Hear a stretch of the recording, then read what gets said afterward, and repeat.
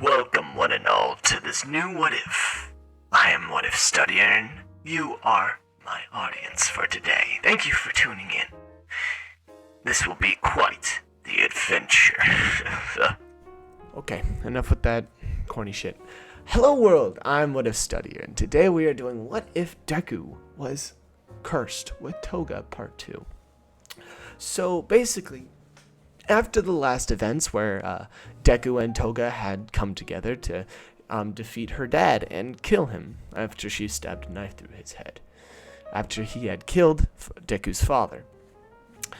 They don't even try to recover the body. However, they do, have a whole gravestone for him after that. However, Deku is shortly taken to the hospital. After all, he has some blunt force trauma to his face and is bleeding profusely from his chest after he had been smashed into the ground 15 times by her father. She, knowing this, stays at the hospital bed for as long as she can. However, she soon, his mother is also there too. They sort of converse a little bit at times and talk about different stuff. However, the most prominent thing is his mother, the first thing that Deku said as he got up was to take her to an orphanage. Can we adopt her? However, his mother says that I'm not ready to take in 3 children, not without your father. I mean, after a death in the family, how could I? So Deku says, at least just get them to the orphanage, please. Just give them something. Special recommendation or some shit. I don't know. Super children. Who would want that? Please, just let her have family. And, his mama, she's like, fine. As she takes him to the orphanage, she gives Toga, just directions to their house, basically. If she ever wants to, seek refuge ever again, she can come right back to their house, And she says, thank you. As her and her brothers get out and go into the orphanage. Midoriya's mother comes back, tells him about the news, and he's like, okay, cool. That's fine. As long as she's safe, I'm fine. And so that ends sort of that arc. Sorry, I left you on a whim there. I had to go before. But this time, we have some specialties. So, Deku and his mother go back to their house, and, days end, all is well. However, Deku has now gotten a sense of right. He now feels like he is responsible for that for his father's death, for not just killing a villain before. He let a police officer die in front of him. He let his father die because he was too wuss. He needs to defeat villains like that. He needs to end this world's tyranny of villains. And Toga kind of got the same exact thing. However, it's more of just revenge is sweet. So Deku starts training the fuck out of himself. He actually meets Bakugo again after the whole thing, and Bakugo sees all the injuries and is like, maybe I should take it easy on him this time. And Deku's immediately just starts teasing Bakugo. Bakugo's confused, and he's like, wait, what? You're teasing me, idiot? Oh my god, you want to get killed. And Deku immediately dodges his arm, wraps his arm around Bakugo's, and then flips him on his head. And then just leaves him in the dust. Deku just straight up he's a villain now. Not an actual villain, but he just wanted to see how he could react, how well he could react. He has mastered the art of reaction because he doesn't hesitate anymore. He has no fear anymore. After being almost having that seizure and then almost everything being taken away from him at the same time, he doesn't fear it anymore. He doesn't fear Bakugo. He doesn't fear any villain that he comes up against. And that's why he becomes a vigilante. He starts going out on nightly walks trying to find Toga. He gets a general sense of direction, after all, of where she has been adopted to. And after almost, a few months, he finally finds her. He's now upgraded to like a leather cloak and like a face mask and like nothing much else, but styling his hair a little bit differently, like more of a suave way so that he looks like he's older. He's 13 and he's a vigilante. You get the point now? So around the time that they both turn 14, Deku finally finds her. After all, their connection was much tighter after the whole thing. After touching before, they share stuff when they touch. By the way, they like share life moments. They share a lot of stuff about their memories, but they can hold back memories when they touch, which is going to be in effect here in a minute. So Deku, finds his way over to Uraka's, shifts straight into the window. After all, he's gotten used to the whole stealth thing after all this, and suavely makes his way over to the bed and pokes her on the breast. I'm sorry, I'm childish. Because he thought it was her shoulder. She moans a little bit and looks up to him. And it's like, oh my god, it's Deku. He's like, wait a minute, is that her breast? And she immediately tackles him. And then they start sharing memories through the whole curse thing. And, she's so happy to see him. And he is too. They start hugging and shit. And she starts kissing. And he's like, hold up.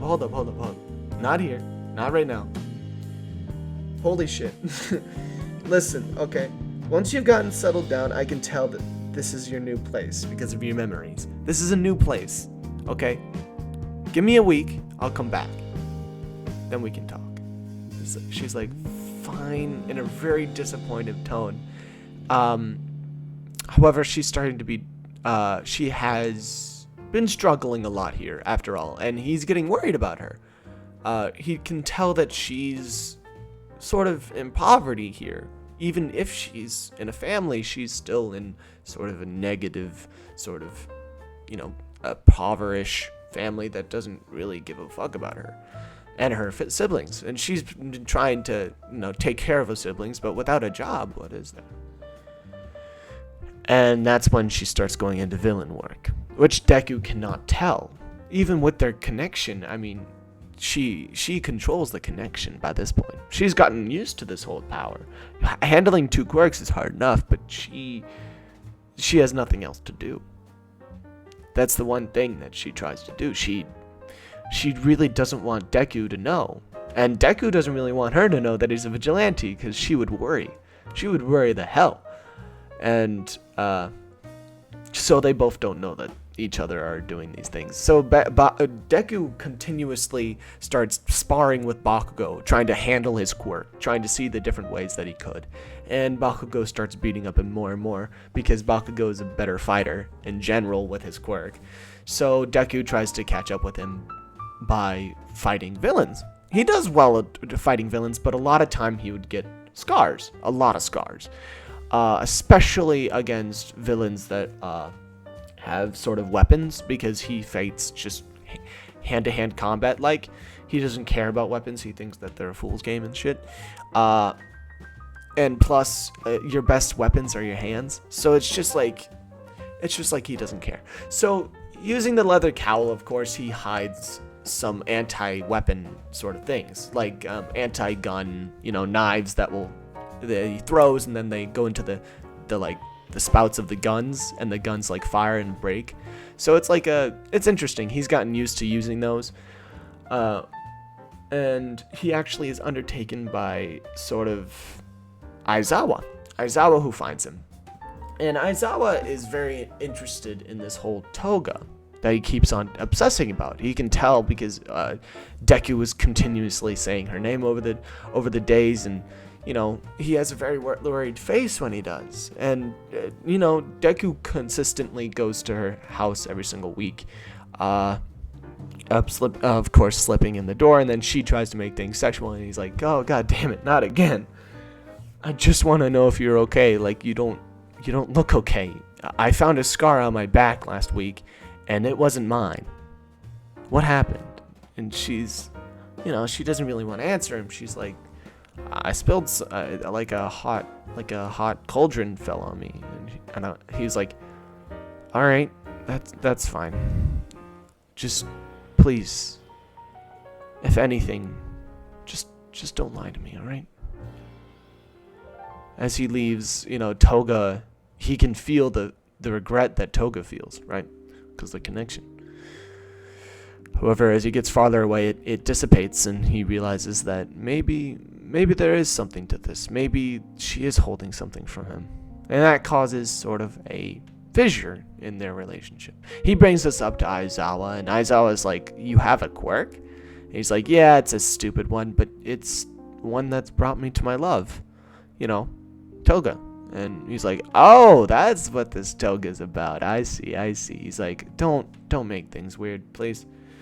He's like, okay, kid, you're only 14. Don't get too excited. Just, take it things slow. He's like, no, not about that. Oh my God. No, she's holding something from me. She has something that she doesn't want me to know about. And I feel regret. He's like, okay, listen, a lot of chicks have this problem, all right? They just don't feel like you would understand even if they told you, which they should completely tell you because you could probably handle it. But, they don't tell you for your own safety because they think that they're saving you. He's like, that's fucked up. He's like, yeah, it is. I wouldn't force it though. Okay, kid? Just focus on your training more. Maybe you'll get over it. But you know what? If it's really that bad of a hunch, I'll go with you to her house. He's like, no, oh my God. You just want to watch, don't you? He's like, what the kid? What the fuck am I talking about? Okay. Anyways, so Deku goes on with his training. He with all this worriedness in his heart about Toga, becoming. He can feel sort of this corruption in Toga now. Like every time they hug, he can feel it. And it hurts him because he doesn't want this inside of her. He wants to protect her, which activates his sort of side that wants to get stronger to defend her. And he just gets continuously stronger over time. And, because he trains harder, because he feels worse about leaving behind Toga. And every time that he doesn't see her after a huge mission, he just feels so bad. And he becomes a workaholic. He just continuously trains day and night. Nothing will stop him until he becomes the strongest to defend Toga. And him and Aizawa's astounded by his progression. And he's like, there's really something to this Toga chick, eh? To love. He's like, yeah, I guess you could call it love. I was gonna see her next weekend. Maybe I should. No, kid. No. Go. Just go. He's like, you serious? I can go? Yeah. We've checked her out. She's fine. She's clear. She's not a villain. He's like, thank God. Thank God that's not what it is. Because her quirk, we know, kid. It's oriented towards that. But don't worry about it. Go to your love. He's like, thank you, sir. And Aizawa's just sitting there like, love, eh? Maybe it isn't just for the youth. And, Deku around this time turns 15 and she turns 15. He goes into her house, slips in, and sort of, finds her laying on the bed, crying almost. He comes over and rests next to her and asks her what's wrong as he puts his hand on her knee as she darts a little bit away from him. She doesn't want him to touch her. She doesn't want him to know what she's done. He looks with a very worried face of what could it possibly be? Clearly, she doesn't want his, coddling. She doesn't want that, at least in his mind, which is not reality. What she wants is that. She just doesn't know how to explain it because of how she's, how abuse has affected her. She can't express her emotions in the way of a human. She can't understand that way. She's just broken. She's a broken tool in her mind, and she doesn't want him to feel worried about her, but she can't hold it anymore. She doesn't want him to see that part of her. She doesn't ever want to see that part of her shown to anyone. So she hides under the bed. Deku, feeling like he's sort of pushed away at this point, leaves. Looking back, he feels horrible. He can feel the regret and pain in her heart. Maybe another day. Maybe another day. As he leaves, she looks to the window. She starts bawling even more than she was before. She's just destroyed. After all, what pain is there to feel as a murderer? None? Or all of it? She doesn't know how to feel. She never wanted to do it. No one wants to do that. But they demanded it. They forced it. She had no choice. Thank you, people. That will be the end of this episode of What If Deku Was Cursed with Toga. Part 2, I'll be out with part 3 later in the day. And I thank you for watching. I hope that you all have a great day, and I hope that I'll see you sometime, somewhere. Goodbye.